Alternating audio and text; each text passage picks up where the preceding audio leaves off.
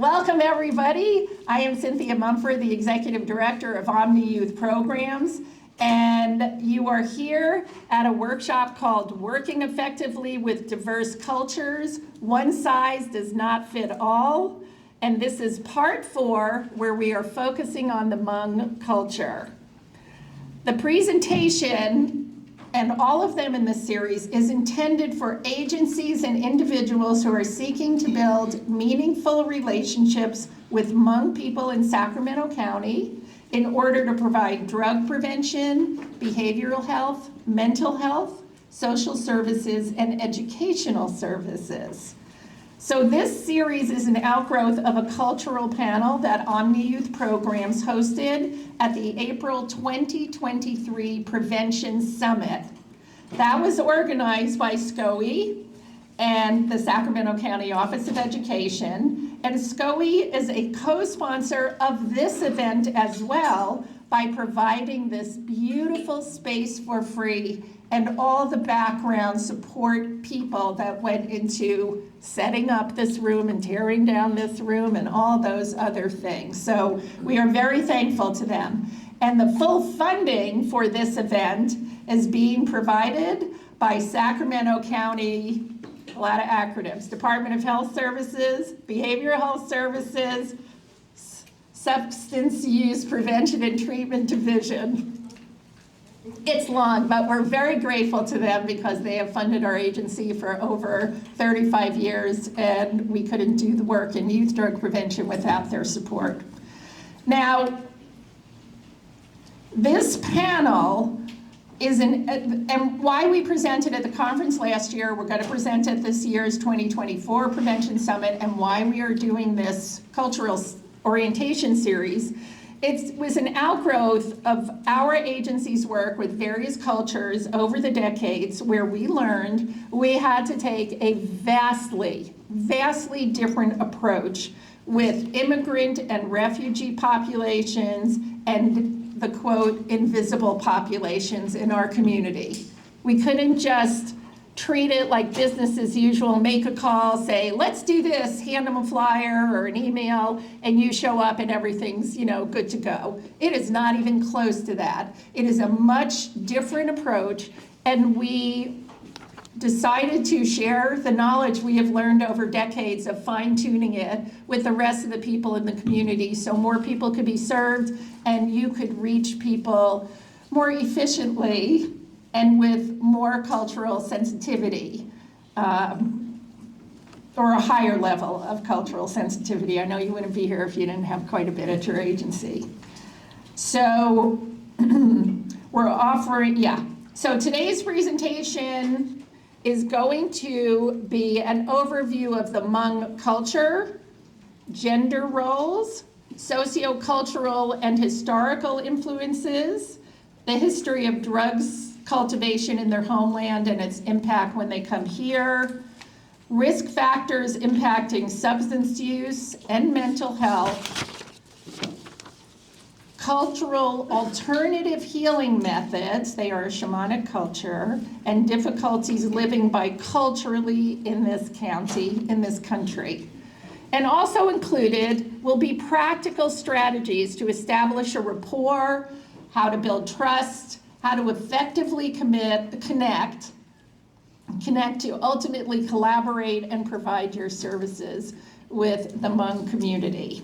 So we have 4 panelists today. I had a longer bio on the flyer, which I know you've all seen, so I'm going to do a shorter bio to save time, and then we're going to start the program. We have Cyan Vang, who is a CSUS graduate student in education.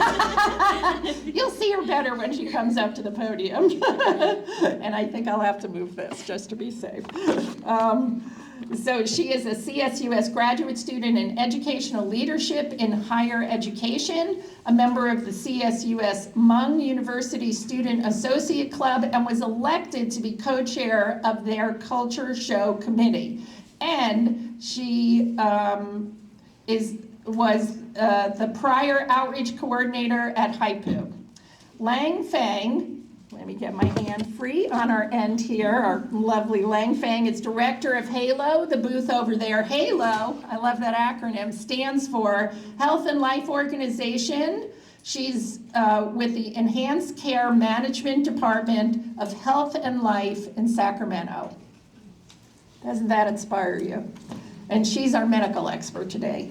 She is a past mental health clinician for Hmong clients, a program manager, and was the telehealth clinical supervisor during COVID. Kelly Lee has had so much extra behind the scenes for this panel, and we are very thankful to her because she got every single one of the other panelists and a ton of other work, organized the PowerPoint, and helped me get the caterer and a million other things behind the scenes. We're very thankful, Kelly. She is the program coordinator on the lead team at Pro Youth and Families, working with youth on leadership and advocacy skills, substance prevention awareness, and was previously with Hmong Youth and Parents United.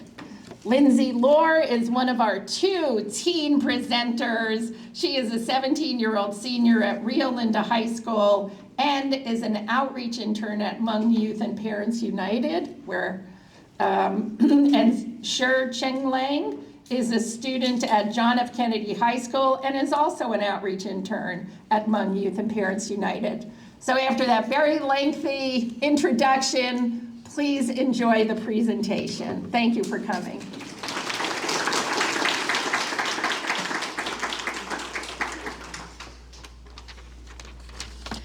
I'm gonna have to adjust the height. Cynthia's a little taller than me. Well, good morning, everybody. I hope that you guys all enjoy the food. So it was actually really funny that Cynthia says she's never heard of soul food and Hmong food mixed together, because I'm actually from North Carolina, and I actually moved to Sacramento to go to the graduate program at Sac State. So soul food and Hmong food is a normal for me. So if you guys also hear my southern accent, that is also why. So don't be surprised, because I was born and raised in North Carolina. So let's go ahead and get into it. Cynthia has already covered majority of what is in the beginning of the introduction. And then we also have a brief biography with all of our roles and positions. And so, unfortunately, our APITA Center from Sac State, which is the Asian Pacific Islander Desi American Center, our coordinator, Andrew Yang, was not able to make this presentation, so I am presenting the information on behalf of his information. So, let's go ahead and get started. This is the overview of our agenda for today. It is a lot to digest, so like Cynthia said, if you guys need a break to go use the bathroom or get, there's really good food over there, so don't hesitate to get up, because I know we all have anxiety to, stand out in the crowd. It's okay, I promise.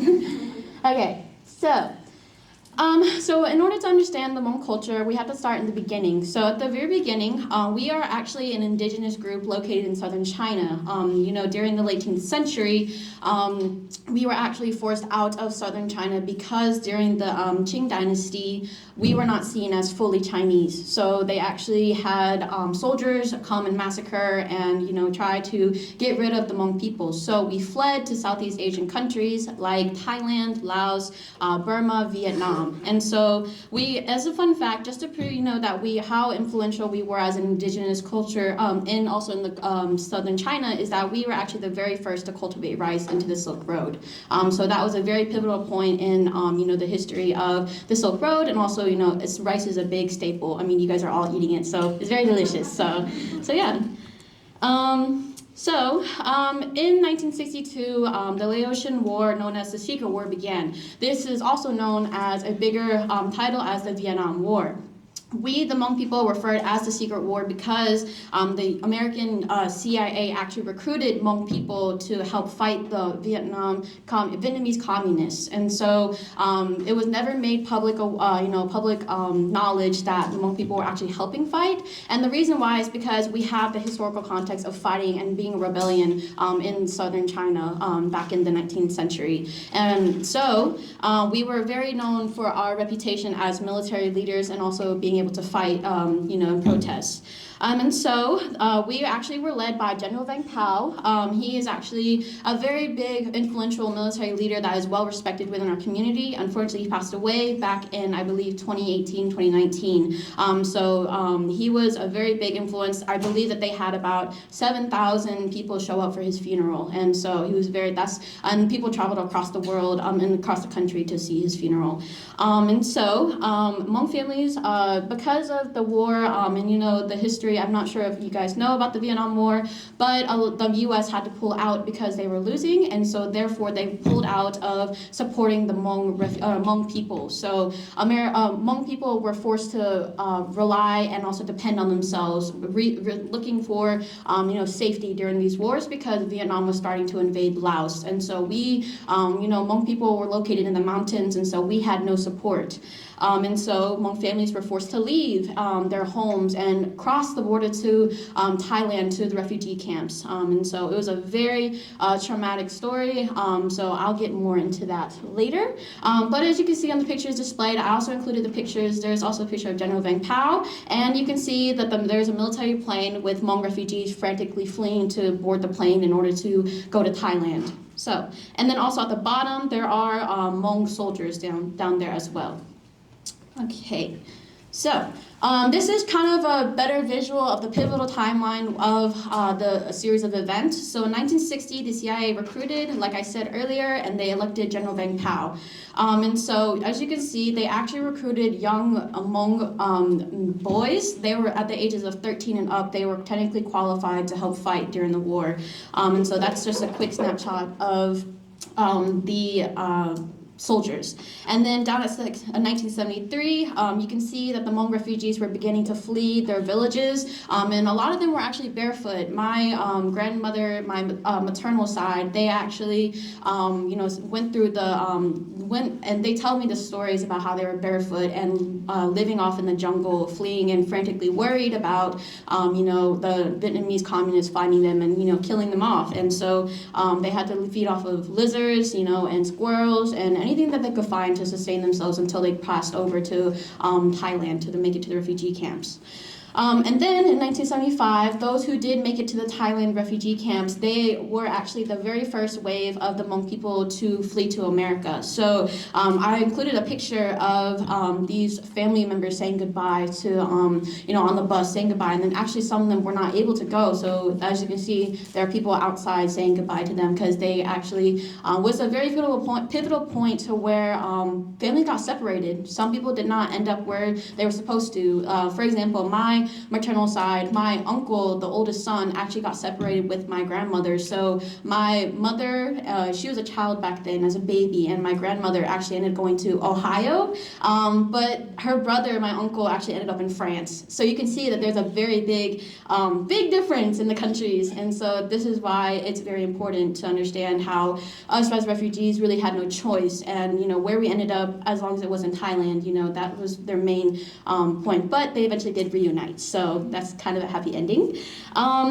In 1982, there's a second wave of the Hmong refugees that arrived in the U.S. This is actually my personal photo of my paternal grandmother. She is the middle person in the middle, the second row. They actually, you can see that they have their Hmong outfits, Hmong attire, but in the back you can see there's actually a peep of the word Baptist church, and it's because there was a lot of missionaries and sponsorships from these churches to help, Hmong refugees settle in America. So they have a lot of my maternal grandmothers. They actually had a Mormon church help them assimilate to the culture, where they had English names and help them with the U.S. citizenship process. And then 2004 is actually the last wave of the Hmong immigration to the U.S. I know there's a lot to digest, but are there any questions so far? And if you guys have any questions, feel free to raise your hand. So, yes. Okay, so zooming in on the Hmong population, this is based off the U.S. Census data. So this is within the U.S. So as you can see, I'm not going to read out all the numbers, but there's a very high population located in California and up north. Like I said earlier, Hmong refugees did not have a choice on where they ended up. So this is actually where their sponsorships were. North Carolina is up there, so represent. But zooming in a closer lens is Sacramento County. We have about 30,000 Hmong population within the Sacramento County, and it's actually why I moved to Sacramento, is because, as you can see, there's a very drastic difference between North Carolina and California population. So I actually wanted to learn more about my culture, and also the very big thing was learning the language for me. And also, this is my personal photo. If you ever go to Sacramento downtown and see the World Peace Rose Garden, they actually have a plaque dedicated to the Hmong fighters and the veterans during the war. So that was also a very big, I toured California last April, and this was what made me decide to go to Sacramento because of this. So shout out to the Sacramento County. So, okay. So these pictures are my family pictures. I felt like it was a little bit more personal to understand you guys, have you guys understand better. But we are a very big family, and we are family oriented. So sorry. So these are our values. So we are consensus based. So essentially, the Hmong etiquette is that you have to have your elders approve, and it is a very big family decision on things that affect your life.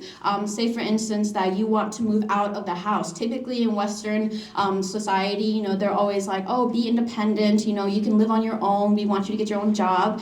But that's essentially not the case for Hmong people. I think I speak for other Hmong families, but parents have a very hard time of letting you go, and also they just want to keep you under the protection. And because of our refugees and suffering through the war, they worry about our success. So that's a very big thing for them. And it's also very normal to have big families. I've met it's normal for Hmong families to have about 10, 12, 14 kids. And all fit in one house. I don't know how they do it, but we just do. Not me personally, because my family only have 4 children, so thank goodness for that. I do not want to share a bed. Okay. And so our second one is that we are very conservative, not in the sense of being right wing. We just stay within our own community, because back in Laos and also in the third world country, you stay within your own village, and so what you know and what you harvest and what because we're known as being farmers as well. So what you harvest, what you know is what you know within your own village, and so that's usually how it typically is. And so that's why you don't really see a lot of Hmong people really branch out and learning and being involved and being very vocal about other things besides what affects them in their own community. And that's not essentially a bad thing. It's just that with these they're worried as refugees because they want to make sure that our community is sustainable and making sure that we're able to fend ourselves. So sorry. And so, like I said, we are a very big family. So we are a multi-generational household. So it's very normal to have your grandparents stay with your parents and also as the kids. So you can see that there's a lot of generations within one house. And so that's why, your decisions essentially are not your own because grandpa, and the grandparents and your parents have a big influence on what you say and do. So just to give a quick overview of my family on my father's side is actually my grandpa, Lieutenant Colonel Vanang. His first name is Nang and his last name is Vang. He's actually one of the very first few, or only few, to actually graduate from the Royal Lao Military Academy, and he was actually hand-selected to work with General Vang Pao during the military, and during the Vietnam War. So he had, as you can tell, a lot of military privileges, and so because of that, he was also known in the Hmong community to be very fair because he was in charge of the finances of compensating the families who lost their soldiers during the war. And so my mother was explaining that the Hmong people knew him as having the wealth of Laos in his hands because he was compensating these soldiers' families. And because of his big role and also his previous history with the military academy, he was able to afford 2 wives. That is a normal thing within the society, the Hmong culture back in Laos. And so if you could afford it, you can have 2 wives. And like I mentioned earlier, whatever you harvest is essentially what you are able to eat and afford. So he could afford 2 wives and 2 separate houses. So they live specifically in Long Cheng in Laos, which is a military base. And so the bottom picture is the first wife, and then the second wife is actually my personal grandma that is blood related to me, and so I look a little bit like her. That's what I've heard. And so You can see his uniform and everything. And then this is a very old photo of us back in 2012, but just a little picture of the grandkids. But you can see that they're, we're all very young, but we have a very big family. So yeah, let me see. So moving on and zooming in, so this is speaking on behalf of Andrew. And this is also influential for me. But Sacramento State has a population of about 1,000 Hmong students. And so all the data that is provided for you guys is based off upon Dr. Channy Vang, Dr. Danny Chow Vang, so sorry, I mixed up his names. And he actually provided research of the ecological factors in Hmong American educational success. And you can find all this information at CSUS, Project Hmong. So you can see all the statistics and go through the book. So yes. Moving on. So the importance of education is very important in the Hmong community. So education is valued highly in the traditional Hmong households, and it's because our elders understand the difficulties of leaving a country and going to a new country that they don't speak any English or any of the languages, and they understand because we are farm and military based, they did not have access to education. And so that's why my grandpa, he was very fortunate to be able to go to the military academy, because my great-grandpa could not afford for all of his sons to go, so he was chosen, the only one, to represent the family. Because of the limitation of education, especially going to a new country, this hinders the family, the parents and the elders' support and supporting their children properly. So a lot of Hmong students that you see, not just within Sacramento State, but just in overall, is that we are majority of the time first-generation students. So that's a very big, difficult point for us to overcome. And so, like I said earlier, that we are consensus-based, so higher education is a collective effort. They're always telling us to go and pursue our education and make sure that we're able to we are financially stable, and it's important for us not to struggle as much as our elders did in Laos, and also just overall here in America too.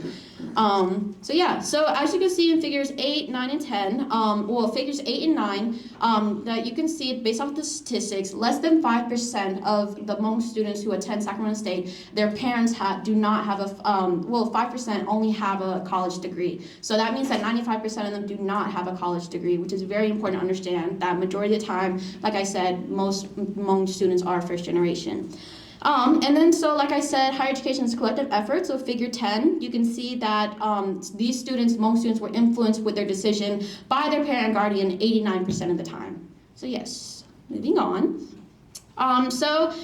Just to show the challenges that occur off campus and off campus, on campus, off campus, it's a little tricky, is that 90% of the Hmong students feel overwhelmed by cultural and family obligations. They feel like, that it's really hard to, serve their family and, with those roles that they have to do with their families and support their families, but also attend college as well. It's very hard for them, and it's very overwhelming because they have no way to cope, because they don't have parents who really understand the struggles of being in higher education. I think for me, from my personal experience, when COVID hit, I was actually sent home, and so I had to do Zoom classes, but then my parents were yelling at me saying that I need to wash the dishes and do laundry, and I'm like, but I can't have Zoom class, and they're like, I don't care, you gotta go do it. And I was like, okay, sorry Mom if you ever watch this video. But it's very hard to understand and be able to have them understand the importance of this. But then 70% of Hmong students feel depressed or isolated on campus, because it's very hard for other people, especially in higher education, for other cultures to really understand and get why it's such a struggle for us, because we're such a small community, and so it's very hard to find representation of people who culturally understand what we're going through.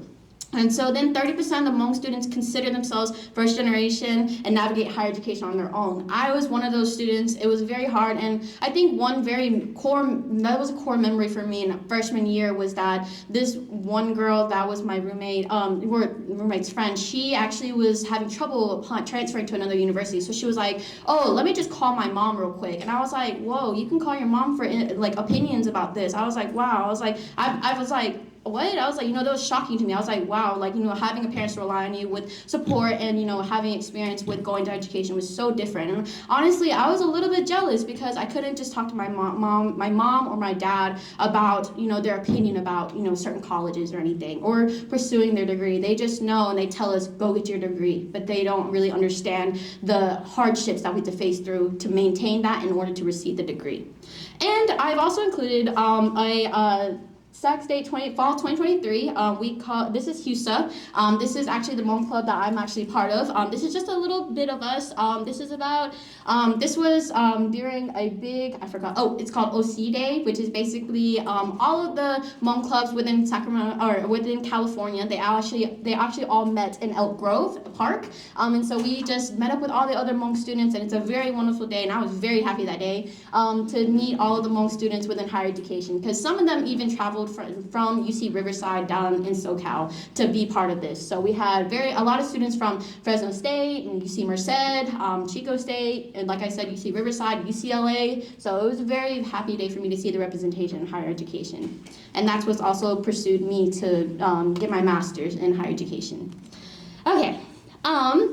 So, due to these difficulties and hardships of balancing between the culture that's and expectations that is placed on us as college students, and also assimilating within Western society to make sure that we have our college degrees, there's an increased risk of utilizing substances. And so, these are the main 4 factors that cause us or college students to turn to utilizing substances. So the first one is adjustment to college life.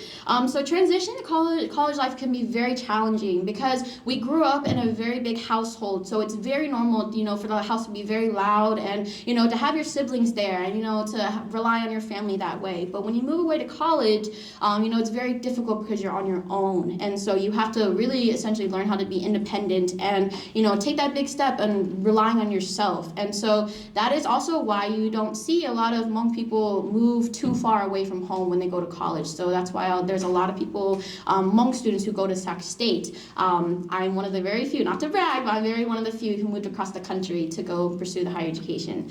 And so the second one is academic and social pressures. So, like I mentioned, it's very hard, like other minorities, to make sure that we maintain higher, good grades during, our process of pursuing college in our degree, because, making sure that we maintain those successful grades and appeasing our parents, and also making sure we pass our classes, along with not having the support with, advisors and counselors. Understanding our culture can be very difficult. And then also cultural pressures. Like I mentioned earlier, balancing home and education creates different and difficult responsibilities, being able to prioritize which one is important. So yeah, again with the dishes, Mom. But then the last one is our lack of support services. So like I mentioned earlier, again, that we don't really have a lot of Hmong counselors or advisors within higher education. So it's very hard because, a lot of people are saying, in my experience, advisors are like, oh, you can, just get your degree, you don't have to listen to your parents, because they want you to get your business degree, but, you just do what you want, just do what you want, you don't have to listen to them. But in my head, I'm like, that's not how that works, because, it's not their approval, it's not going to work. So immediately I settled for international business as my undergrad, but my grandma was like, why international business? Do accounting. I'm like, I can't make you happy, Grandma, no matter what. But so just to show you a little bit of examples of how it is with the increased risk of utilizing substances, because these students don't have a way to cope with these pressures within our Hmong community and also with higher education. And so, a little bit on strategies. So Andrew Yang, you guys feel free to contact him, on the website for Sac State. But these are strategies to combat these, risks and of substance abuse, and also with the difficulties of adjusting to higher education, is increasing student success. So we have Project Hmong, which is basically an initiative dedicated to help provide personal and academic support. So they have workshops to basically help include, and make sure that, Hmong students have a safe space. And that Project Hmong falls under the umbrella of the APIDA Center. So they often have workshops of being able to speak and listen to Hmong professionals and also activities within our culture. So then we also have representation in health and services and student services. So we also, also have partnerships in Asian-focused community groups, and so we have, like I said, during these workshops, we allow people, and APIDA Center reaches out to Hmong professionals to be able to speak, and also, with these professionals, give advice on how they were able to overcome these difficulties and get to where they are now, allowing themselves to be to inspire the Hmong students that are currently pursuing what they want to in order to succeed. Like I mentioned earlier, that we don't really have a good representation of counselors and advisors during higher education. There's on figure 16 and 17, you can see that students typically turn to a friend or a sibling in order to deal with these difficulties rather than a mentor or an advisor or faculty or staff, because 91% of the students turn to a sibling or a friend instead. They also turn to about personal difficulties outside of higher education advice. They also turn 86% of them turn to a friend for opinions on what they should pursue and also how to overcome these personal challenges within balancing the cultural responsibilities and also higher education. Let me see.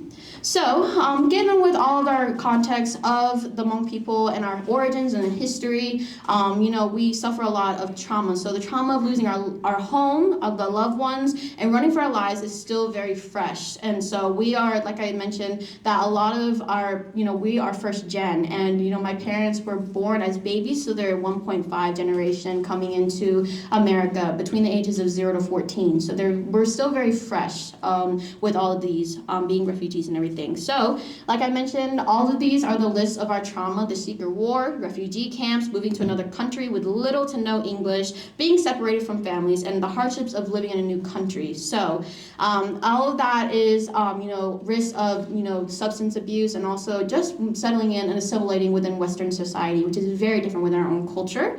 But with that, I hope you guys enjoyed my segment of the presentation. I'm going to be handing it off to Lang to speak more about the trauma and also within substance abuse. So thank you guys.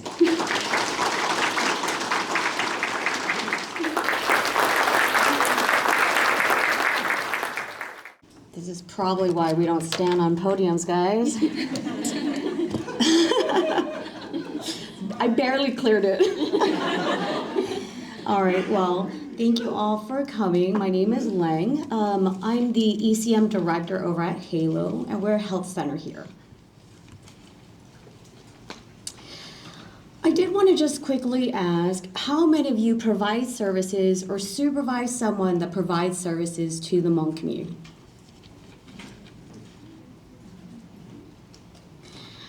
So just a little bit about us, right? Health and Life Organization, or Sacramento Community Clinics, is a health center, and their purpose is to provide preventative care and intervention.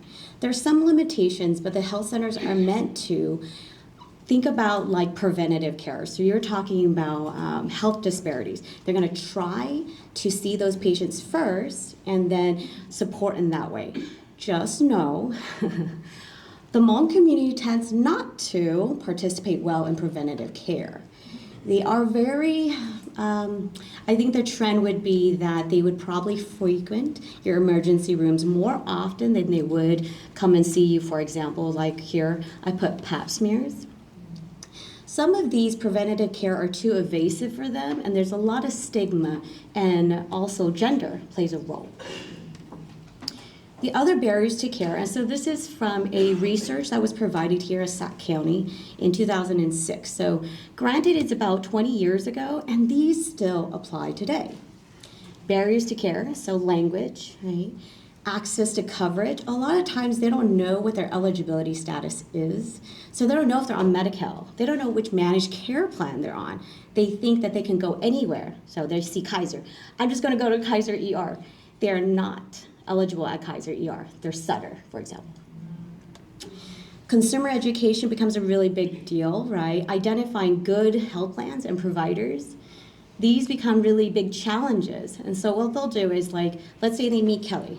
They like Kelly, so they just all jump on the bandwagon. Whatever Kelly's mental health is, or I'm sorry, medical services and her insurance is, they'll want that one, okay? Access to care. So this is really about difficulty finding and changing providers. We all know that when we are looking for providers, you are assigned one, or you can go on the internet to look for your provider. Yeah, that's already a barrier. One, the websites are written in English. Two, you have little search engines. I kept thinking about like my parents. They wouldn't even be able to do any of that, right? So I know we're moving in the direction of technology being a beautiful tool, and it is, like Siam mentioned. But some of our communities are getting lost. It is very challenging for them. So this is just our information for you guys. So Enhanced Care Management. So it is the program that I run, and it's to help these disparities. It's to connect, right? These clients are having difficulty to providers that could provide them the best care. So we talked a little bit about this. So Hmong shamanism, or what we talk under animalism. And many of you may know this already. I definitely see experts in the field here. Shamanism attempts to heal illnesses through the offerings to spirits. All right, so let's ask the difficult question. How does this impact the Hmong community seeking medical and mental health services?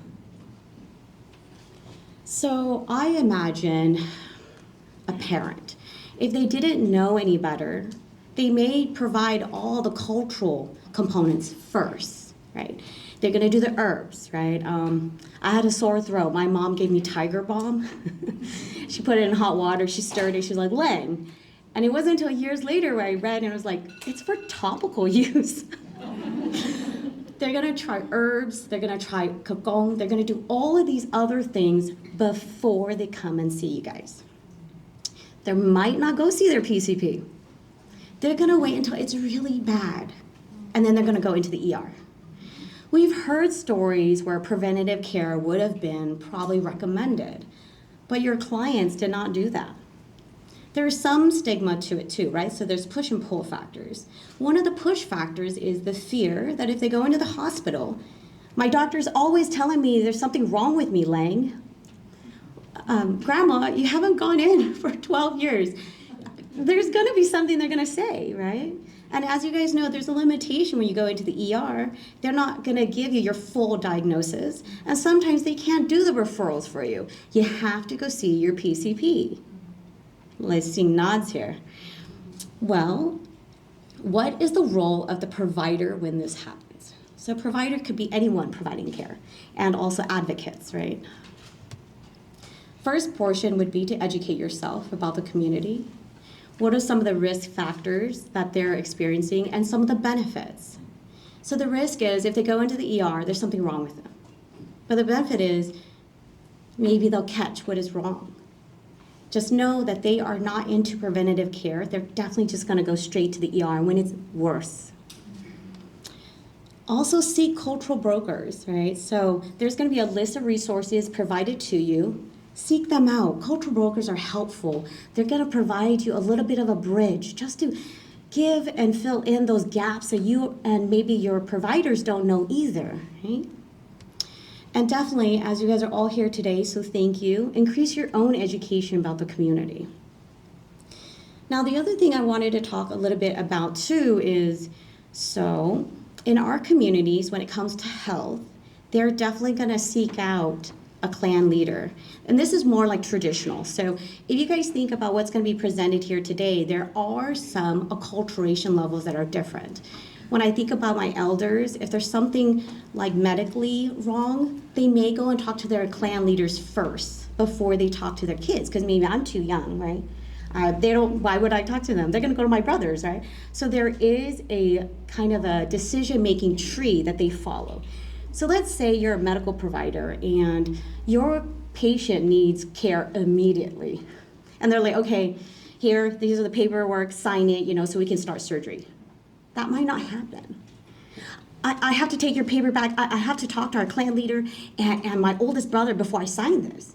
Well, aren't you the legal guardian? Yes. Well, you could just sign it. It doesn't work that way sometimes. I want you to be prepared for this. It's not resistance, but this understanding of this web of decision making.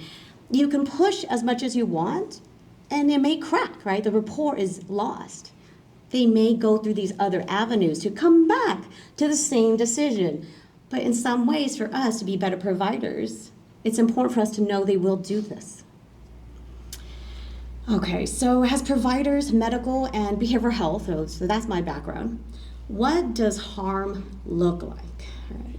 Do you know harm? Do you know harm? We all talk about it, but what does it look like? So a really interesting example was back in the 90s, a parent brought their son in and he had a clubfoot. So the clubfoot made it really difficult and painful for him to walk. He was about 6. So the doctor was like, we got this, we're just gonna fix it. So he's like, okay, I got you. You're on Medi-Cal, we're gonna fix it, we're gonna pay for it, everything's fine. The parents said, take it back to my clan leader. And at the end, they actually said, no, we don't want this fixed. Think about what is happening here. The parents said no because for them, they believed that if the child's clubfoot was fixed, that the clan would then take on the karmic burden of that fix, meaning perhaps in their belief system, this child is taking that on for the clan. And that is his fate, his path. And so they go, okay. The doctor goes, well, I don't know what's going on. So the doctor does open a CPS report for medical neglect. Right? You're not doing your part, mom and dad. We're going to take you to court. So they take him to court. You have cultural brokers come in and provide some support and understanding what is happening. I saw some of the news reports about this, and it was really disheartening to read too, because it would read something like, oh, they think spirits are gonna da-da-da. Those are big words, but in the end, the community is a little worried about that, right? I don't remember the full outcome of the case, but just to know, guys, this happens on a very intimate level more often than we are able to admit. This is in the 90s. Some of these beliefs hold true today. As you guys provide work for youth, sometimes this is the worldview of their parents and their grandparents who are providing care for them. So, what does harm look like? Okay, so we all went through this together, right? This horrific thing called COVID. COVID really tore apart, like many communities broke up systems that existed for a long time. So I wanted to give you a little tidbit about what COVID did for the Hmong community. So in our community, some folks, this is prior to the vaccine too, some folks really did still use herbal remedies, right? I don't know if you guys know, there's Hmong TV, Hmong radio. It's pretty prolific with our elders. So they were selling all these herbs, right? They're like, here, this is gonna really help you.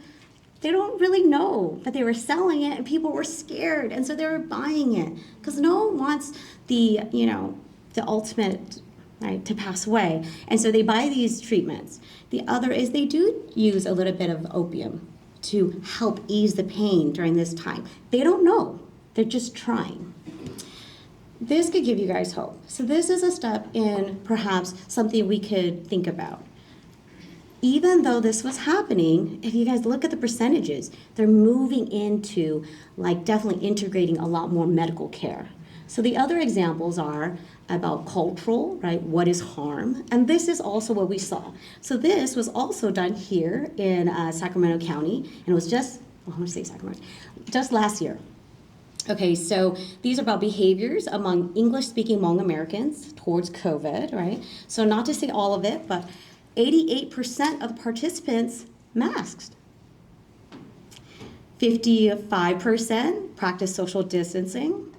68% avoided group gatherings. Public spaces, 69% vaccinated.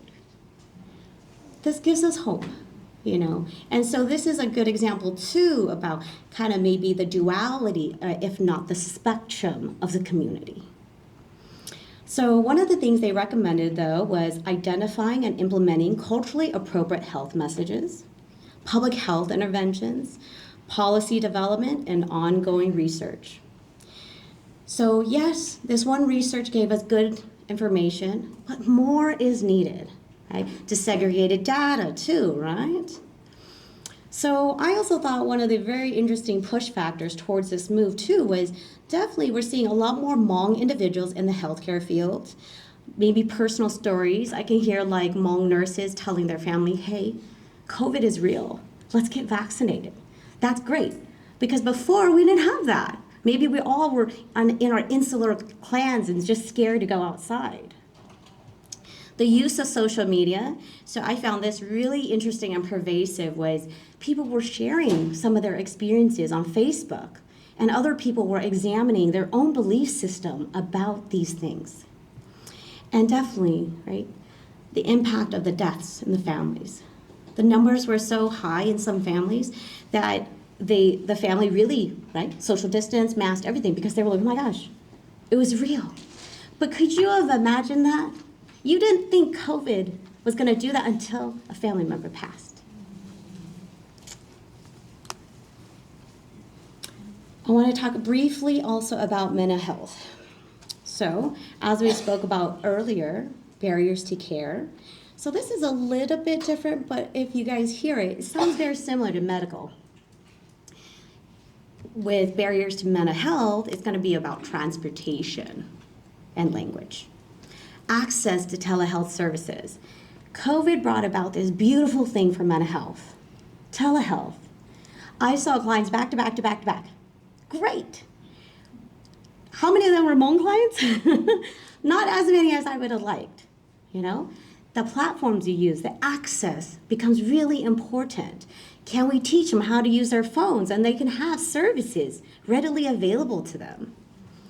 Again, access to care, right? And then ultimately stigma. Stigma is compounded in the Hmong community. So before we were talking about shamanism. So I want to talk a little bit about what shamanism, how it impacts mental health. So sometimes, right, you'll have a patient seek out shamanistic rituals to resolve the mental health symptoms prior to services. I'm not here to tell you one is better than the other, but to examine it as a social scientist, if you will. So my example is like a schizophrenic patient. So schizophrenia has a very dear place in my heart because when it comes to shamanism, there is a very interesting overlap, right? So to be diagnosed with schizophrenia, right, you have hallucinations, delusions, right? Well, when a Hmong individual is coming of age to become a shaman, sometimes they also exhibit very similar symptoms. Because the belief is they're touched, right? Their third eye is open. So sometimes there are some visuals and sometimes there are auditory. Who is to say it's a hallucination? These are when you guys want to really think about the family itself and the individual itself.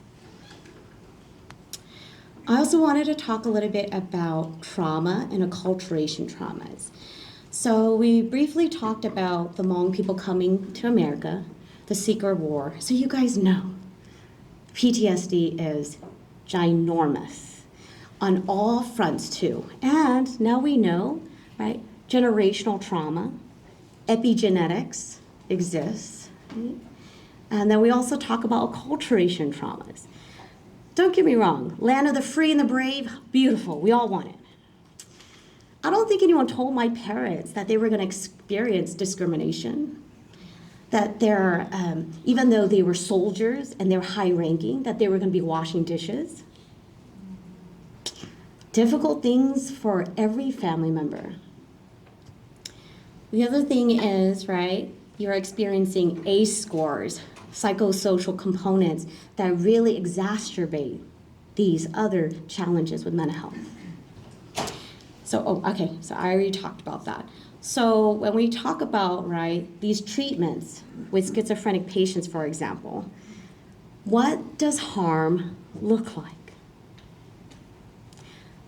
And a possible, not advice, but something someone shared with me that I found very helpful was that if the symptoms were detrimental to the individual, so let's say you have a client, they're Hmong, and shamans run in their family, like everyone's a shaman, and because there's a belief that's genetic.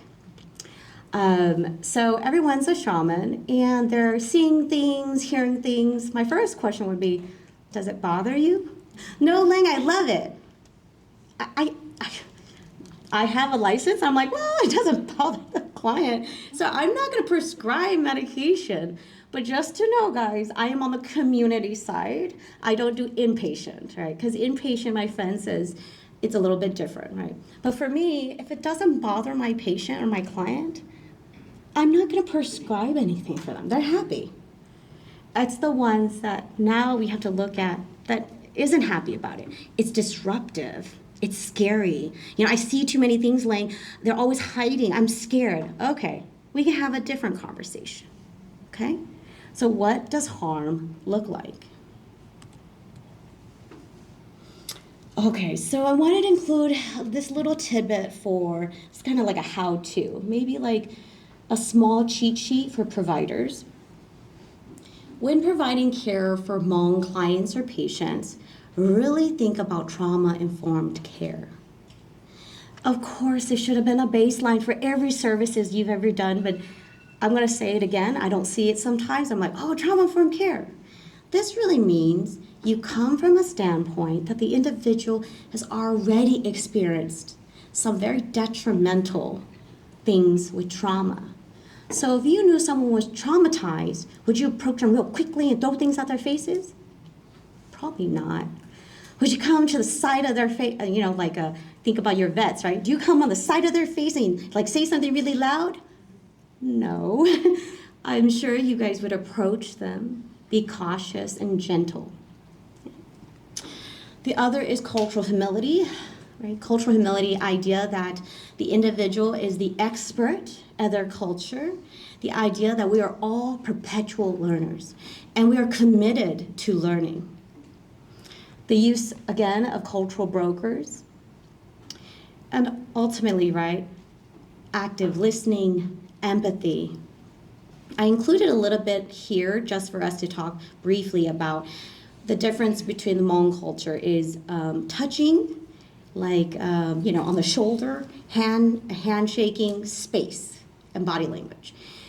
Depending on the level of acculturation of your clients or their families, there isn't quite any of these. So, I know it's very formal to reach out and shake their hand. For my practice as a Hmong woman, I have to be very cautious, right? So I wouldn't just go and shake the mother's hand either. I greet them appropriately, and because I'm within the culture and the community, I don't shake hands. But let's say that is a part of your formality. I would probably choose to shake the hand of probably the husband and then the son, and I wouldn't shake hands necessarily with maybe the woman. Our culture is very traditional in the sense that there isn't a lot of that kind of communication. So thus, when it is done, it's very jarring for them. And so even for me, we don't go and touch and go, oh, it's nice to see you. I'm just like, hey, it's nice to see you. And I hold my hands in front of me because I know, right? So it's something to think about. The other is definitely navigating these genders and decision making. We talked about it before too. Just know that it's a Confucius culture, Confucianism, right? So you're gonna have the husband, then the oldest son, before, right? And then all the sons, if you will. So I have like 6 brothers. You have to go through all the brothers before then you would check in with maybe the daughters or the sisters. I know it sounds very like archaic, but for them, this is how they made sense of the world they live in. And the system in itself, right, just for us to understand it. Of course, we're moving in a direction where things might not be that way, right? Maybe I'll be clan leader one day. Cool, great. But for now, I'm not clan leader, and this is where we're kind of at, okay? The other quick thing is just communication. When they are communicating, it's definitely implicit, not explicit. So most things are implied, meaning there's a lot of nonverbals going on. It would be really important and imperative for you to be observing what is happening and observe the dynamics before, asking. This comes really helpful when you're doing assessments. I love assessments with Hmong clients. They never tell me when the child was born. They just tell me it's that 1 year. I think that year, I must have broke my ankle. And I'm like, when you broke your ankle, what other year it was? So just know they don't always give you, yes, I was born on February 2nd, They don't know that. They'll explain it differently, okay? And then lastly, when they speak to you, as you probably saw in my presentation, it is circular. They're not as quick with their responses. It's not a yes, no, and I'm going to give you a response and I'm done. When you assess them, sometimes they'll say all these things. They'll tell you the beautiful backstory that requires a lot of context before they're like, no, I'm not pregnant. And just as those who assess, we know, and just bear with it. If you're able to redirect them, do so, but just know it is very common for them to utilize circular communication, right, and implicitness. So, and then lastly, thinking about your youth and your children, definitely some generational considerations, okay? We have youth these days are on the, they have different experiences than us too. So now you have a beautiful melding in the family system. It is chaotic sometimes and it is painful, but I also have a lot of hope that because of these differences, the parents and the children will give something else that we may not ever have seen before in the community. So I believe that's my last one. So thank you all, appreciate it.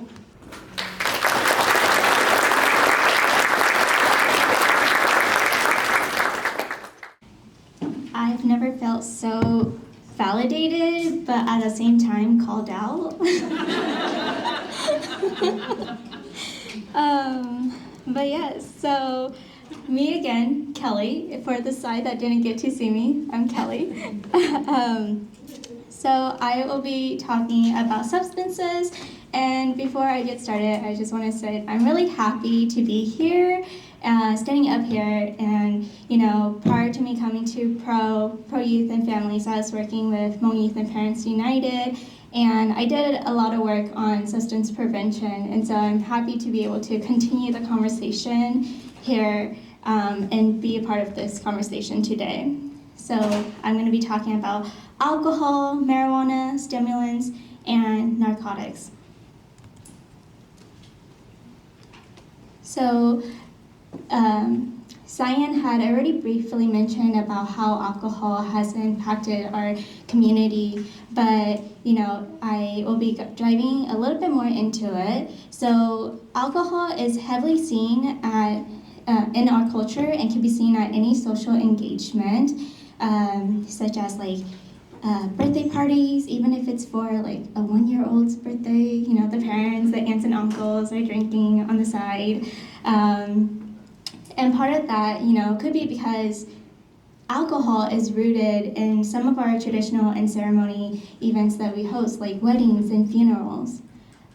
We have this exchange of drink that is a symbol of acceptance, agreements of terminology, and respect.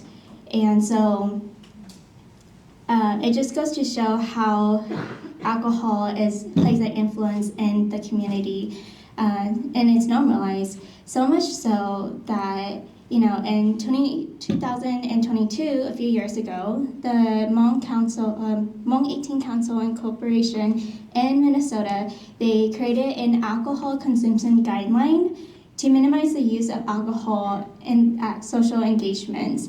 And this, when it became public, I think they posted it on Facebook as well. And I saw so many negative feedbacks on this. People thought it was stupid. People thought it was a joke. Why would you put a social or a limit to drinking at social events, right?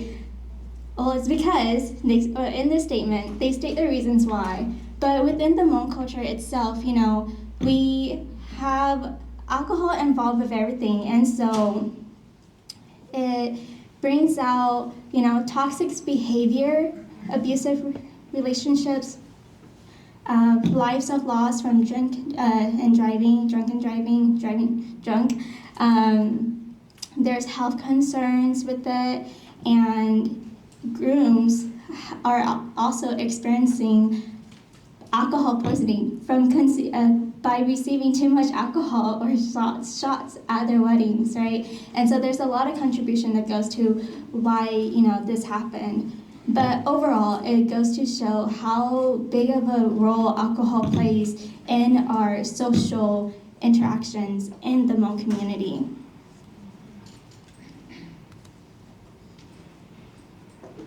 So with marijuana, with the recent bloom in 2010 from now, a lot of the Hmong families have jumped on that train, and these next few slides, I'll be using the terminology marijuana trade just as an umbrella term to mask over the tasks and responsibilities that goes into the trade itself, like being the landowner, being farmers, the trimmers, transportations, and so on. So in California itself, Trinity County hosts probably one of the bigger population for marijuana individuals working with marijuana. So much so that in 2017, the New York Times wrote an article to talk about the bloom in Trinity County along with the Hmong population. And from their census during that time, there were 1,500 individuals living in Trinity County. Given into the account that there are probably families living there prior to the weed and marijuana, but it definitely was not at that number. I know I'm from that Northern California, Butte County area, right? And so with the influence of the marijuana trade, it definitely peaked to this number, and I'm sure there's more numbers now. And with that, people are the families are moving from other cities to potentially even states out of state. I know that California is a really popular one, and then Oklahoma is another popular state for marijuana trade as well. And we have this label that is called Hmong Sa. Sa means weed, and that is basically a label that a lot within the community we use to identify or label another person that is involved with the trade. So Trinity County, Hmong individuals, they're Hmong Sa people, whether they are involved with the trade or not. It's just the association. So the impact of marijuana on the youth, there's definitely a lot of impact marijuana has had on the community, but I'm going to be focusing on the youths. So for the youths, they are impacted because they are not having their parents at home. And they may have one parent that is full-time and one that is not full-time, right? Full-time as in full-time hands on board with the marijuana trade. So with that full-time parent not being involved in their life, they're going months without seeing their parent, that one parent. And then they have a parent that is staying at home, they have a regular 9-to-5 job or so, they're watching the kids, and then they might go help and assist the full-time parent with the marijuana trade maybe for a week or so, and then come back and work, right? And so depending on the age, depending on the support that the family has themselves when it comes to watching the kids or so, they may even go without seeing both parents for several months. And for our young adults, right, I view it that they are impacted by it directly and indirectly. They are directly involved and impacted because they have to go and help support. They have an obligation to help and support. Cyan talked about it. Lane talked about how big we are when it comes to family and being family oriented. So being supportive, helping them, to help build the foundation at the farm or help with trimming whatsoever. The young adults are involved with it, whether they want to or not, right? They're just go with the parents into the car and they work. And then if they are not directly involved and impacted that way, they are indirectly impacted by having to watch the kids, the younger siblings, at home.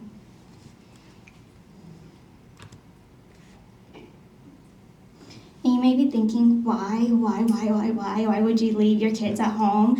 And it's because it's easy money. It's money under the table for individuals that don't have a job, individuals that are on SSI and need extra money, individuals that are home keepers that don't get their income, becomes a source of income for them. And for some of them, it's an escape. They get to go and live in the mountainous range and experience the glimpse of peak of their life back then in Laos, right? They get to live in the mountains range, they get to be remote, it's almost as a retreat because they caravan or they go and pick each person up and they go up to the land and they're with their groups of friends, their family members, they're all socializing, they're all, camping, retreating, and they get food, they're fed, so they don't have to worry about being out in nature, right? And they get to garden, they get to enjoy the fresh air. They're probably getting high whether they realize it or not, from the oil seeping through the gloves and onto their skin. I hear the elders saying like, "Oh, I had such a great time. I didn't know that ache that I was feeling. It's no longer there. I always have such a great time when, I go up there. Maybe it's the fresh air or something." I don't think they realize that their skin is absorbing the THC, but yes, and it also reminds them of, like I said, the life that they lived back in Laos. And even though there's so many people involved with the marijuana trade, it's still a taboo topic for the youth and an open secret for the elders, the adults. It's a taboo topic because the youth can't share or can't talk about, what's happening. You can't say that my parent's gone or, before the parents leave, they're probably telling the kids, don't tell your teachers that I'm gone. I'd say that I'm visiting an aunt or a cousin, right? And it's a hush. They don't want to know. The families want to keep that a secret. But at the same time, it's an open secret for the adults because they are communicating like, hey, when's your next season? When, how's it going? How's your everything? How's the sales? Do you want to work for me this year again, right? So they're very selective of who they want to talk about that to and which crowd they talk about it to. But then at the same time, they're hushing about it because it's still a negative connotation to see they know that it's bad for them to be involved with that. And so they can get judged. They don't want the judgment from all the other people. And so that's with marijuana. Now for stimulants. I personally have a soft spot for stimulants because for 2 years I was working on a grant for stimulants, and it was so hard to get people involved. But we created two short films and published a community survey. And from what I've learned from the community survey is that not a lot of people know what stimulant is. They knew what the drug, they knew what cocaine is and the withdrawals and like behavior side effects, but they didn't realize that it was categorized as a stimulant drug. And so that education and conversation is definitely needed on that part. And you're more likely to see young adults engage in stimulant drugs such as ecstasies and others due to rave culture.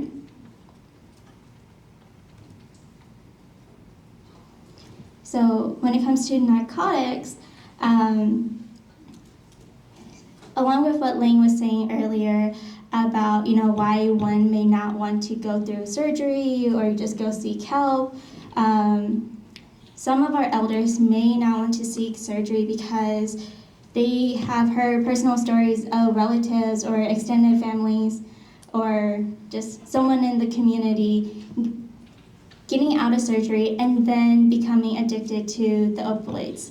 And so they don't want that.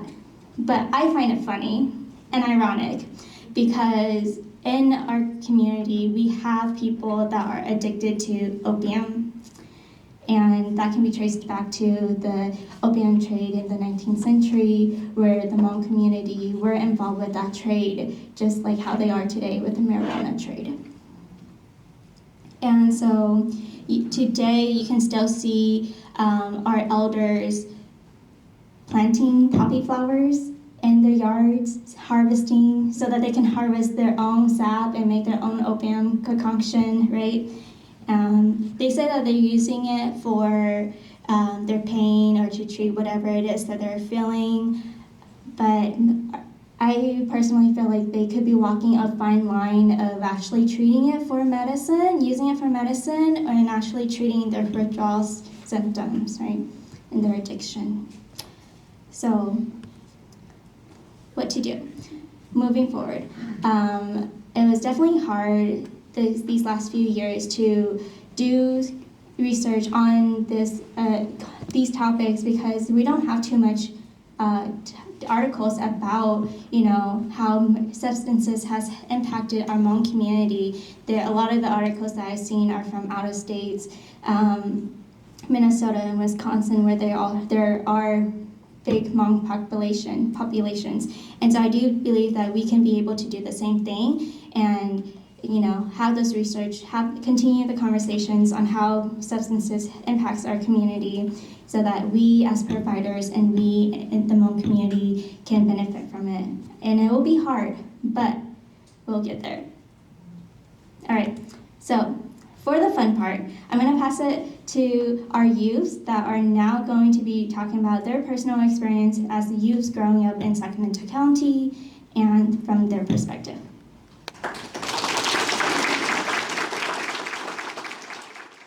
Okay, hello everyone. Well, now I feel short, but hello, good morning, and I'm glad to see each and every one of you here.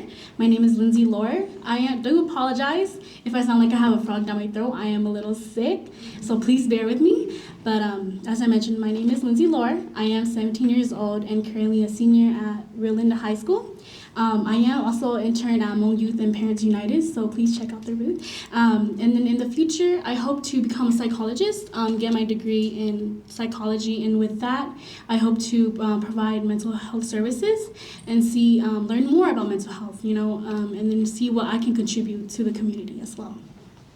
And I'll pass it on to Sir. All right, I am Sir Moa. Good afternoon, everybody. Thank you for still hanging out here with us. So I am 17 years old. I am currently attending John F. Kennedy as a senior. I do work as an intern at Hmong Youth Parents United as well. And my dream career as well is mechanical engineer. Thank you. So the first topic that I will be talking about are my experiences with drugs and alcohol and my Hmong relations. And so I feel that drugs has always been in our history, as Cyan has mentioned and Kelly has mentioned.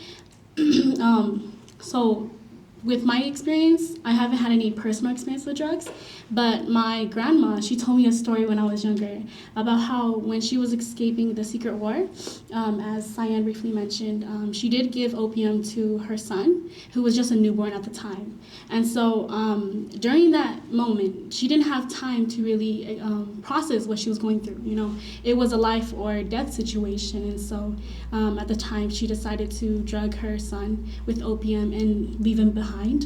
But now that she is here in America, and I'm glad that I get to tell her story, and she, you know, went through a lot to cross the Mekong River and leave her son behind. That's not an easy decision to make, and so now that she is here, I do really want to tell her story, and that's her experience with opium and drugs in the past. And so with drugs, I don't really have any personal experience, as I mentioned, but alcohol, I do have experience with it.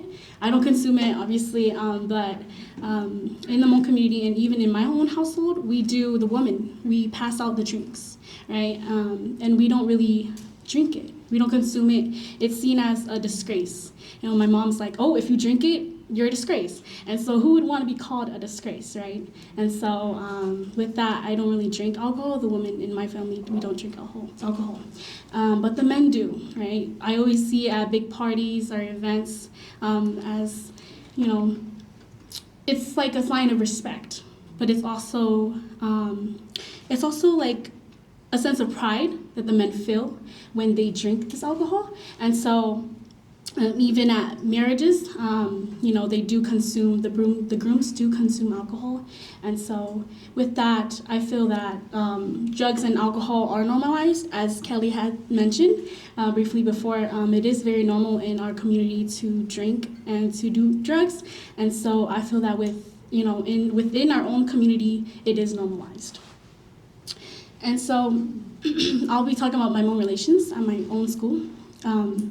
With the Hmong community at my school, it is a pretty decent size, I would say. It's not too big or too small, but I don't really associate myself with that community. I feel that with my community over there, my Hmong peers, they already know each other through, you know, personal interests or like volleyball. And, you know, I don't play volleyball. I'm more of like a tennis girl, so I feel that I can't really connect to them. And with, you know, building friendships, I think, you know, we need to really relate to one another and build that conversation up.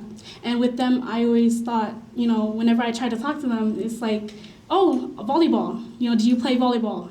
And it's like, oh, I don't, but I play tennis, right? And so it's, you know, I can't really build upon that conversation. And so I just chose to really distance myself from that community. However, I do have a few Hmong friends myself. You know, not the big group, but just a little group. And with them, I am the only one that speaks Hmong fluently. And so I try to really speak it as much as I can. And I think it's really fun. I do joke around in Hmong, you know, a few times, maybe a little too much. But, you know, with them, it's fun. And they laugh. Maybe I'm just really, you know, bad at jokes, or maybe I'm really good. But with that, I do, you know, try to use my Hmong at school as much as possible because I don't really get to. And then at home, I speak Hmong fluently, and because my parents are not proficient in English. And so I think that speaking more at home, it's really helped me to keep up with my Hmong. You know, I think that a lot of my Hmong peers at school, they don't really speak Hmong. And so even if I were to really connect with them, I wouldn't be using my Hmong language as much. But with that, as I mentioned, at home I do speak Hmong. My younger siblings, they do not. And so it's really hard to really see that, you know, my younger siblings can't communicate with my parents.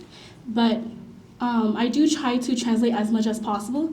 Like my parents would be like, oh, muka kachong, or go close the door. But my siblings would look at me like, help me here, I'm really confused. And so, you know, I would have to translate and be like, oh, they said to go close the door, right? And then that's how they would understand. But without me and my older siblings there to really translate, it would be very difficult.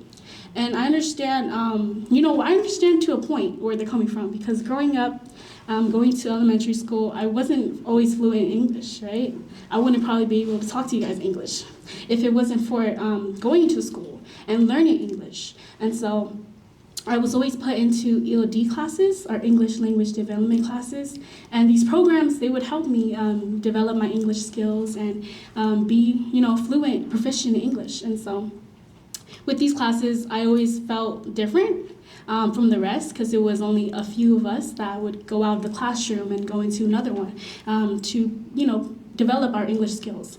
And so it was always very difficult for me to really fit in. I would say that I was very scared, and you're like one of the very few that go up. And who likes to stand in front of a crowd?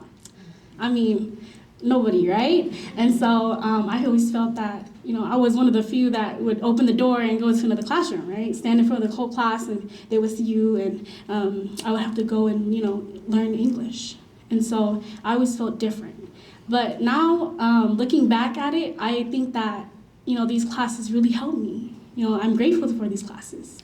I am, speaking English to you guys now because of these classes. And so it was very important for me, for these classes to be able, to be available for me. And, kids that didn't speak English, fluently. And so now I am classified as proficient in English, and so I am grateful for these classes. And so now I'll be talking about my growing up as a daughter in a Hmong household. So growing up in a Hmong household, I was always instilled with the expectations of, doing housework, getting married, and having children. And so with that, I think that from a young age, it was very normal for me. My mom was like, go clean the dishes, and I went. Because if you didn't go, you were classified as tungking or lazy. Who wanted to be called lazy? Which one of us, liked to be called lazy, right? Nobody. And so, I always listened to my mom. She said, go cook. I went to go cook. She said, go clean. I went to go clean. Okay, I did not, I did not argue back. And so I think that it was important for her because she grew up that way. Her mom taught her to, cook, to clean, and to learn proper etiquette so that she could be the wife that she is today. And so with that, I think that it's important, to instill those responsibilities, but I think the pressure still exists. With that, I have to get married. Oh, I have to have children. And it's like, what if that's not the path I want to take, right? And so that's what I had to learn growing up. And I couldn't really argue back because I wanted approval from my family. I wanted approval from my parents especially. And so with that, and now that we're in, now that we're in a more successful country, they do want me to, on top of the expectations that they already instilled, they do want me to obtain a degree and seek higher education and have a financially secure job. And so with that, I think a lot of the pressure there, it happens that because they didn't have that back then. They weren't, they didn't go to college, they didn't have those opportunities. And now that we do, living here, they want us to really take it, right? To take that chance. And so I think that a lot of that, but there is still a lot of pressure, right? Especially for me, I think that pressure, to always be the best, to always seek something higher than you already, want, right? It's always been, lingering, with me. And I think that pressure, it really affected me throughout my academic life. For example, I would get 80s and 90s out of 100 on my test scores. And, that's actually good. But I always classified it as, oh, well, I failed. And so it was like, oh, it was a failure, but it really wasn't, I think that's pretty good now. Now that I look back, it's like, I don't get those scores anymore. Even if I do, it's, now I think about it as a learning experience. I could learn from those scores. It's not a failure, But growing up with the pressure and the idea of my parents wanting me to, get good scores, I always felt that I needed those scores, 100 out of 100, or at least a 99 out of 100. Just miss one, right? And so that pressure really affected me in a way of how I thought I was a failure, getting 80s and 90s. I thought it was a a fail, an automatic fail. I mean, and in that sense, now I can see that it wasn't a failure. I can grow from it. And so, in a way, I am thankful that, in a way, I saw it as a failure, because now I don't really see it as a failure. It was a learning experience. And so, I'm still learning, I'm still growing, and I can see that it was because of the influences of the past that really can affect us children in the future. And so here now in America. And so to conclude it, I would like to say, it was a learning experience. And I can now see that, as I mentioned before, it was the influences of the past. My mom's parents, my dad's parents, they taught them one way, and now they would like to do that, teach the same way to us children here. And so with that, I do thank my parents a lot for the responsibility that they taught me, but I think there still needs to be changes in order for us children to flourish. Thank you.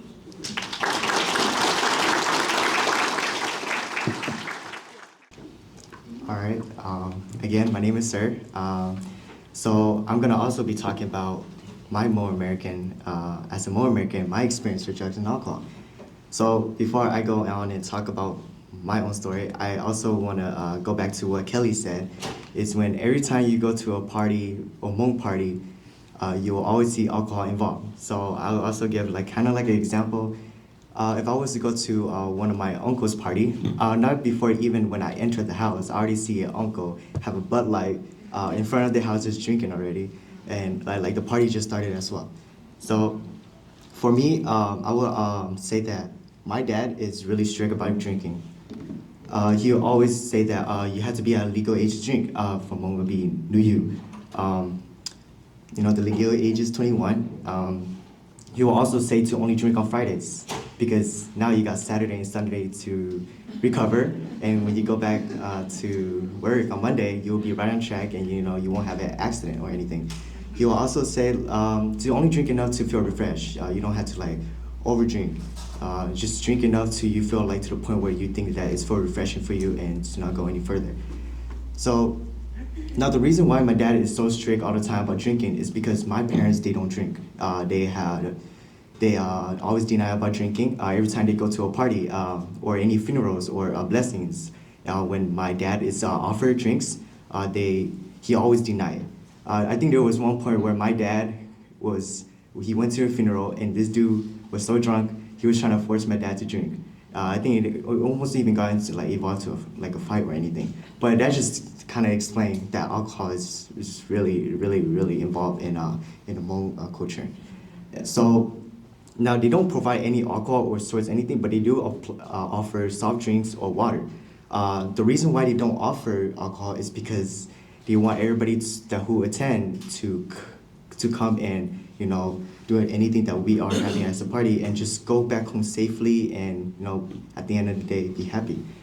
And now for me, when I think of this idea from my parents, I think it was a great idea that they show awareness that people who are attending to our blessings or weddings or funerals, that they go back home safely. Now, if you step out of my family, so this means my dad's side or my mom's side, my uncles, when they give alcohol to us, it's more so like an option. They don't force it on us or anything, but they do also have alcohol anywhere for anyone who wants to drink it. So they won't force it on you, but maybe, if anything, they will just offer you a alcohol, see if you want to drink it or not. Now, like what Kelly and Cyan, they said, sometimes alcohol is given as respect. But for me, I would just deny it if they ask me. So since I'm already talking about my family, I'm also going to talk about what I do in those family functions. Now, for my family, when I say my family, I mean close cousins and my mom and my dad's side, not just me, my personal family. So for my family, it's always that you have to go and help them prepare. If they don't tell you anything beforehand, it's when you go there and you arrive to their place or to the place, is that you need to ask them if they need help with anything. Now for the men in Hmong culture is that we had to help with the man stuff. I can give a few examples, like shining, which is mean you're watching the shaman for safety. If he's like, if you had to Dolun draw, which is a drum in Hmong, and you just gotta listen to what he's saying, and then you know when to hit the drum, or you know when to stop to hit the drum. And I have a few. My mom is a shaman herself, so anytime when she needs my help, at some time, and I'm not really good with it, so I just kind of rely on my father when he tell me to hit the drum. But sometimes he say like you're hitting it too loud, or like you need to be consistent with it. And I'm just kind of hitting it. I was like, okay, I'm just trying to get it done with, yeah. But so we also have for funerals, in which Hmong would be Jay Patoa. So for those, we have a drum as well, but it's called a Luntuatoa. So those are only for use for funerals, but I myself don't play it because I don't know how to play it. And they also have a keng, which is a flute instrument that are also played for funerals only. Now, for my distant cousins, this means that it's outside of my mom and my dad's side and my close cousins. What I learned from my father is that every time when we go to attend to their functions, just to be there, it already shows a sign of respect that you're able to make it, even though you are not close to them. It's also that you stay until everybody gathers around and eat as well, because it just kind of shows that you're willing to stay along and wait until everybody together come and eat. And when it comes to big important functions like funerals and weddings, it's just to be there and stay with them and kind of just show and them feel gratitude just for attending and just staying there with them. And like, even though you guys are so far distance together, and that you guys are not even close, but you're willing to stay for so long just for them. So now that I kind of explained about my Hmong American experience, now I'm going to talk about expectation as a son in the Hmong's household. So the most important thing in my household is education. Education is really important for my family. So my parents always encourage us to, go to school and to seek higher education.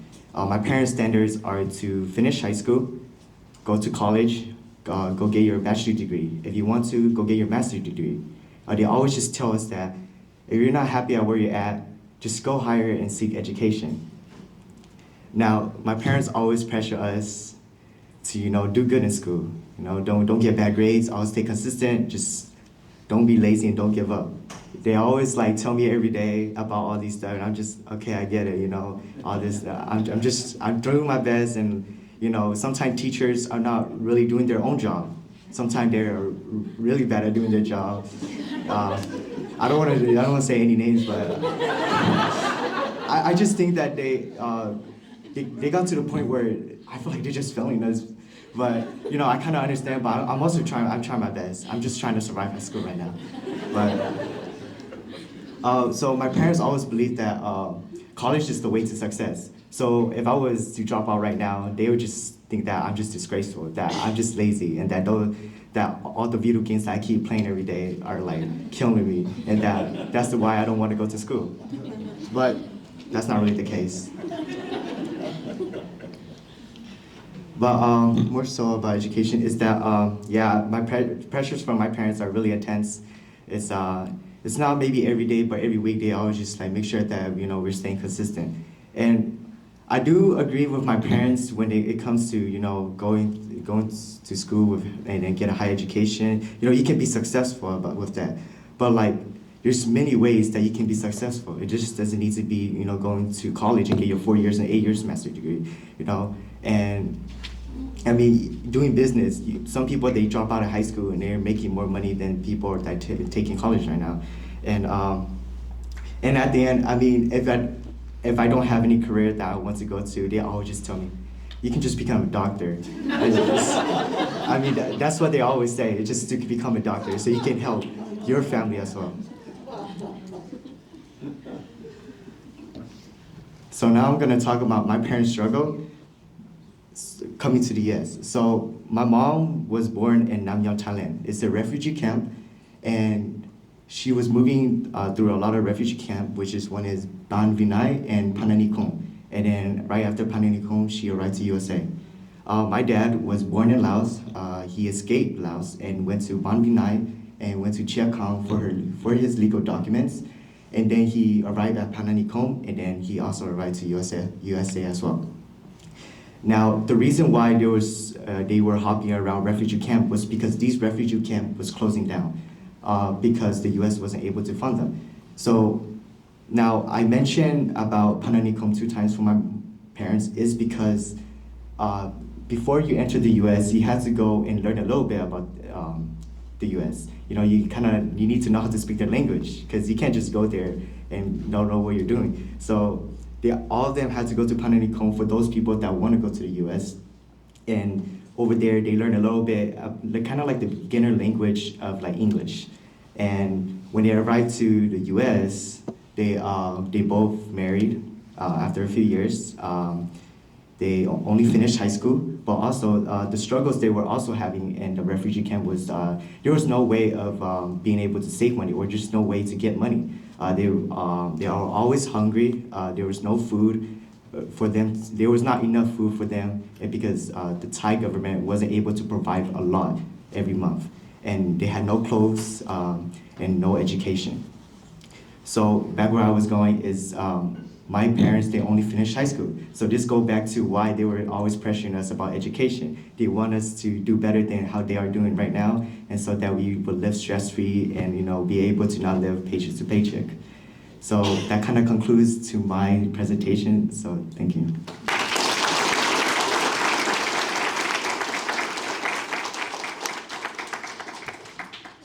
Thank you guys for listening. So I'm just going to speak very briefly. Cynthia had mentioned it in my introduction. So I am actually the co-chair of our Hmong Culture shows. So we actually have an event coming up in April. So if you would like to attend, you can use your phone to register as a vendor for your organizations. We are very open to organizations representing because it is open and free to the entire community. This is not just a show exclusive just to the Hmong or to the Hmong community, but this is for all community members within Sacramento, or really anyone who could just make it. It's on a Sunday and it's from 11 to 3. We will have various performances showing traditional Hmong dancing, and then also have various performances, and also along with a fashion show displaying all the different intricate clothing and artifacts and vintage clothing from different tribes from different countries in the different regions. So we have one up top for registration. Down the bottom is just to RSVP for the event. You don't have to RSVP, and this is going to be at Sac State in the ballroom area. And so if you want, you can definitely come out. This is a picture of us, the committee. So I'm there holding the wood carrier basket thing, and this is the rest of my committee. So we're putting a lot of effort into displaying and showcasing the Hmong culture. And I thought this would be a perfect opportunity because you guys took the time to listen to our stories and our history. So I appreciate, and we all appreciate that. But now you guys can understand the context of the culture show. So I look forward to seeing you out there. I know you're probably not going to get paid, maybe if you're a vendor, but definitely come out with whoever. This is an open invite for all of you guys, and again, it is free. So please come. There'll be Hmong vendors and other Hmong artifacts and everything. So thank you guys. Thank you so much. This is not the end of the program yet. That kind of had a finality there, so I didn't want everybody jumping up. We are going to spend about 10 minutes. I think we have 15 minutes left. We're going to spend 10 minutes doing a Q&A, and then I just have a couple of quick announcements. Please do not run out because we need the surveys and leftover issues, but I'm going to open it up. Kelly, do you want to moderate the Q&A for the panel? Sure, I can. All right. Okay. All right. I will moderate, and I will also play Pass the Mic. Yes. Just a comment, if I may. I really loved Ron Fang's comments, but for those of you who don't know about the book, The Spirit Catches You and You Fall Down, it's a brilliant discussion about the two cultures trying to deal with someone who has seizures. Yes, one thing that we're thankful for is representation of the Hmong culture in media, and so there's definitely a few episodes or shows that in books that have featured the Hmong culture in that, along with books as well. Lane, did you have want to comment or anything?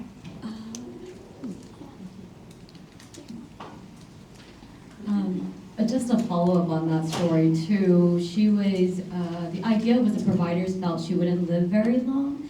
So actually the young girl, and now she's a woman, she recently passed at the age of, I want to say, 30, 35, which is far beyond what they had anticipated her survival rate was. Any questions? Any questions in regards to, the medical field, the student, young transitional young adults experiences, or to our youth? Yes. I have a question. You talked a lot about the importance of addressing and talking to the clan and the community. Can you define what that usually looks like? Is it a family? Is it a community? Or how what's the scope of that? We're sorry, we actually thought that was a baseline.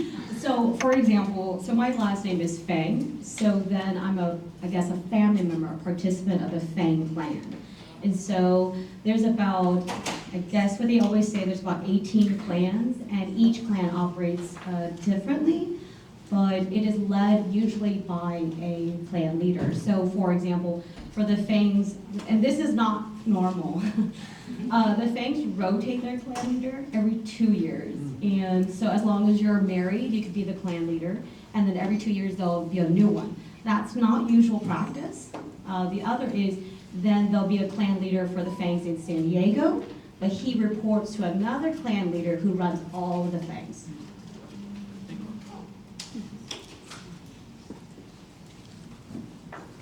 Any other questions? Oh, yes. Hi. I have a question for Sir. Did your parents make you wash the dishes and cook and clean too?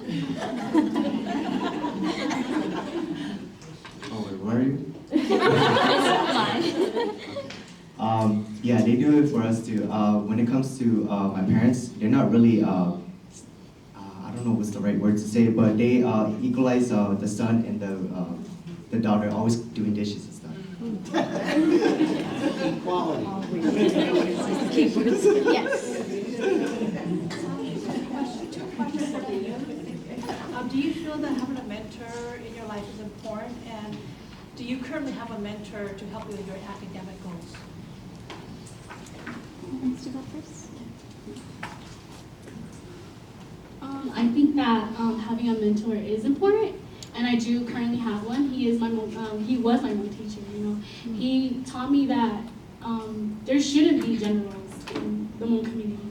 That I can do what my brothers are doing, and what the boys are doing, and what the girls are not. Because my parents, they really do instill gender roles, and so I thought it was normal, right? But having a mentor, my Hmong teacher, he taught me that, the rest of the world, they don't really do that, right?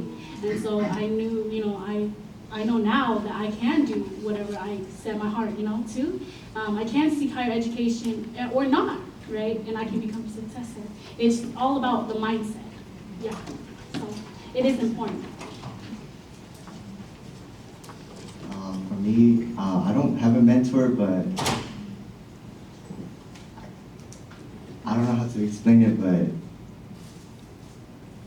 I think a mentor is important, but for me, I kind of just go with the flow. Yeah. I don't know if I qualify as youth, but I'm a graduate student. But yes, I do have a mentor. He's actually Andrew Yang. He's actually the one that convinced me to go to Sacramento State. I actually reached out to the professor for our program and asked if there were any Hmong students or anyone that I could speak with in the program for higher education. And Andrew actually ended up being the program coordinator for Pita Center, and he actually convinced me because he was in the program himself. So big kudos to him. He's always trying to tell me to name drop him, and I'm like, I do it naturally anyway. So That is my mentor, and he's really been helpful with the process of getting in touch with the Hmong community in Sacramento, because it is a big transition moving across the country, because I don't have any family to support me here in Sacramento. So it's a big city, but again, I do feel like I have developed family ties, or a developed family, close second family to me within the Hmong community. And Andrew's one of them. We always talk about how he's my big brother in the higher education. So yes. Okay, last question. Oh, yes. What's the consideration for same-sex providers, mentors? I'm a nurse, and so in some cultures you explain things to the male of the household. What's the consideration for that? I'm going to pass this to Ling first. Oh, challenging.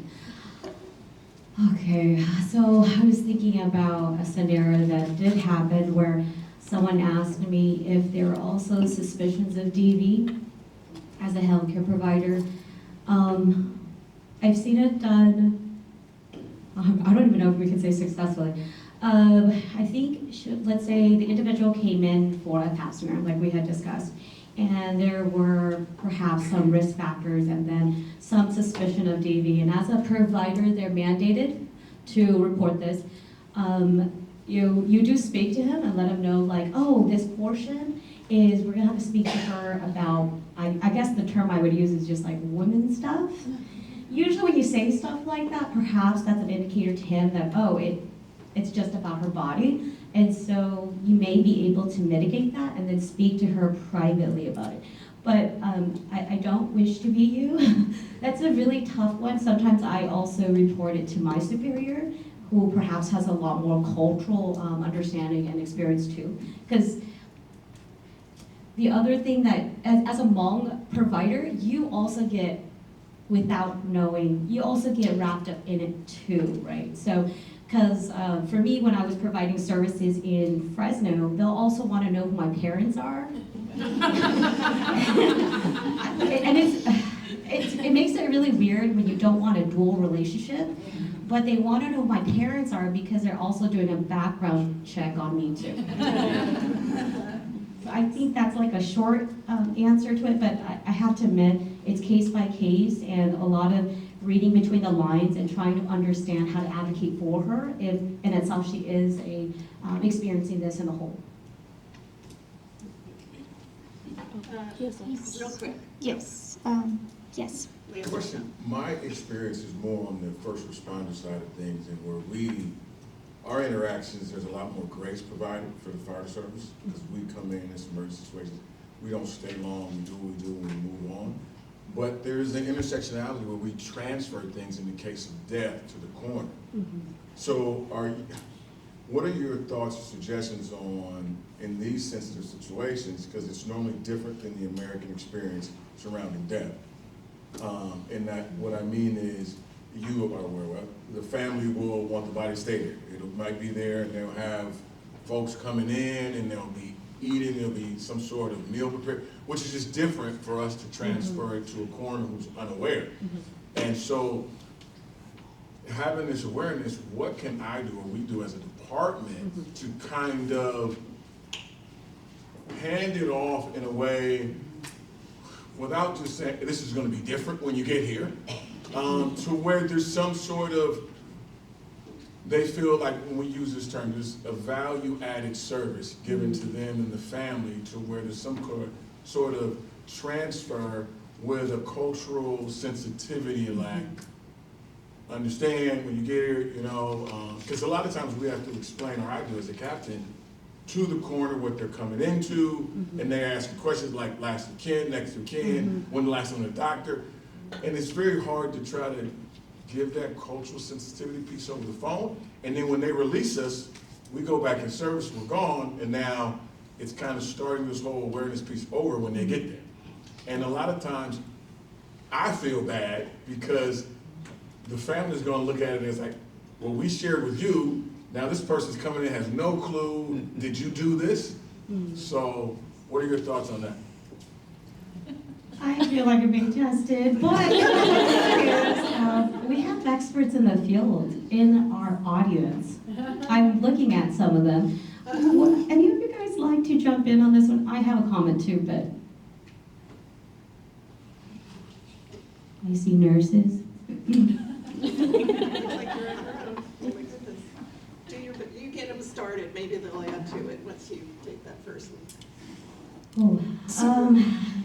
I think perhaps communicating to the family what to expect in your next step and what your role is. Like, so these next steps, this is what's going to happen. I think when we are more transparent about these transitions, they're less abrasive. I also let them know too, when the coroner comes, he may rush you. So my question for you is, maybe you should let him know and advocate for yourself, right? To give you more moments with your loved one. I think that might help a little bit. So one, you're teaching them the process, but you're also letting them advocate for themselves, because I'm sure if they ask for it, perhaps, I don't know, perhaps the coroner would be like, okay, give them that sacred time to spend with their loved one. And usually what's gonna happen is they're probably gonna do a ritual or a ceremony for their loved one before the body is taken away. Okay. Thank you very much, everybody. Stay for 2 minutes, that's all. Then you could just, I know you're all just wanting to jump up. But first of all, let's give every one of these amazing.